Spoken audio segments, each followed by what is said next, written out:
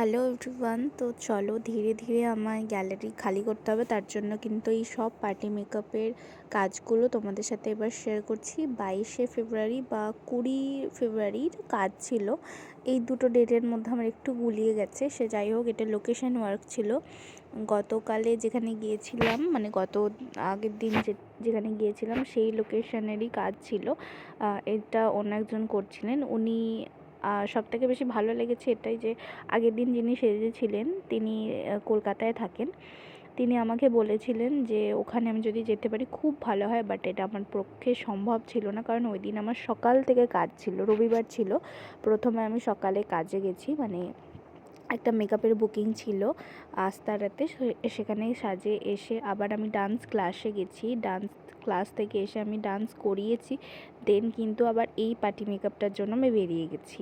আর এনারা বিয়েবাড়ি যাবেন, তো তার আগে থেকেই আমাকে যেতে হতো। তো সবথেকে ভালো লেগেছে যে এই ব্যাপারটা, উনি আমাকে ডেকেছেন অ্যান্ড উনি আমাকে এটাও বলেছেন যে ওনার নাকি ব্যাড লাগে যে আমার কাছে সাজতে পারছেন না। এটা আমার জন্য সত্যি অনেক, কিন্তু আমি সত্যি ভীষণ আপ্লুত।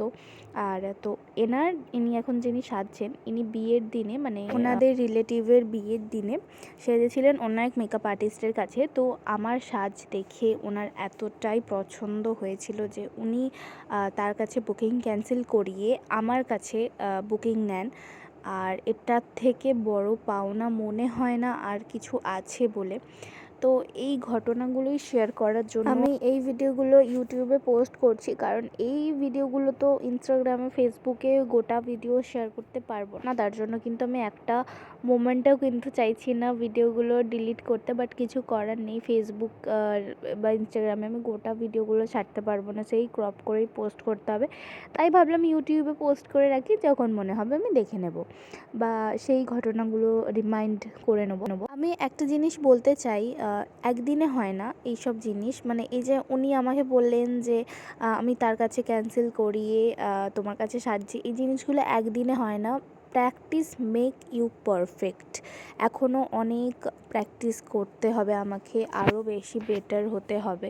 তোমরা আশীর্বাদ করো যেন এইভাবেই আমি কাজ করতে পারি, এইভাবে এগিয়ে যেতে পারি। আর লুকটা তোমরা লাস্টে দেখে বুঝতে পারবে। আগের দিনে উনি বেনারসি পরেছিলেন, সেটা আমাকে দেখিয়েছিলেন যে উনি আগের দিনে একটু ট্র্যাডিশনাল সেজেছিলেন, আজকে একটু স্টাইলিশ সাজাতে চাইছেন। তার জন্য কিন্তু আমি আই মেকআপটাও ভীষণ ন্যাচারাল রেখেছি। অ্যান্ড আমি কিন্তু একটা মোমেন্টও আমি পজ করিনি ভিডিও। অল দ্য টাইম আমি যতক্ষণ পেরেছি ভিডিও করেছি, কারণ আমি ভেবেছিলাম যে দেখো এই কদিন হয়তো আর কাজ টাজ পড়বে না, আমি হয়তো ভিডিও পোস্ট করতে পারবো না, বা নিজের ভিডিও করতে এতটা মানে কি বলবো, মানে এত আলিস্যি লাগছিলো। তার জন্য কিন্তু আমি এইসব ভিডিওগুলোই বড় বড় করে দিয়েছি যে 2-3 পার্টে শেয়ার করবো। বাট লিটারেলি এই কদিনে প্রচুর ভিডিও হয়ে গেছে। আর তোমরা অনেকেই বলেছিলে মডেল শ্যুট করতে, সেটা কিন্তু এখনও হয়ে ওঠেনি আমার। তো তোমরা যারা আছো, মডেলিং করতে চাইছো বা নন পেড মডেল আছো, তারা অবশ্যই আমাকে পিঙ্ক করো, আমি কিন্তু অবশ্যই তোমাদের সাজাবো। লুকটা কেমন হচ্ছে অবশ্যই জানিও, ভালো লাগলে লাইক কমেন্ট শেয়ার করে দিও, পাশে থেকো। দেখা হচ্ছে নেক্সট ভিডিওতে, বাই।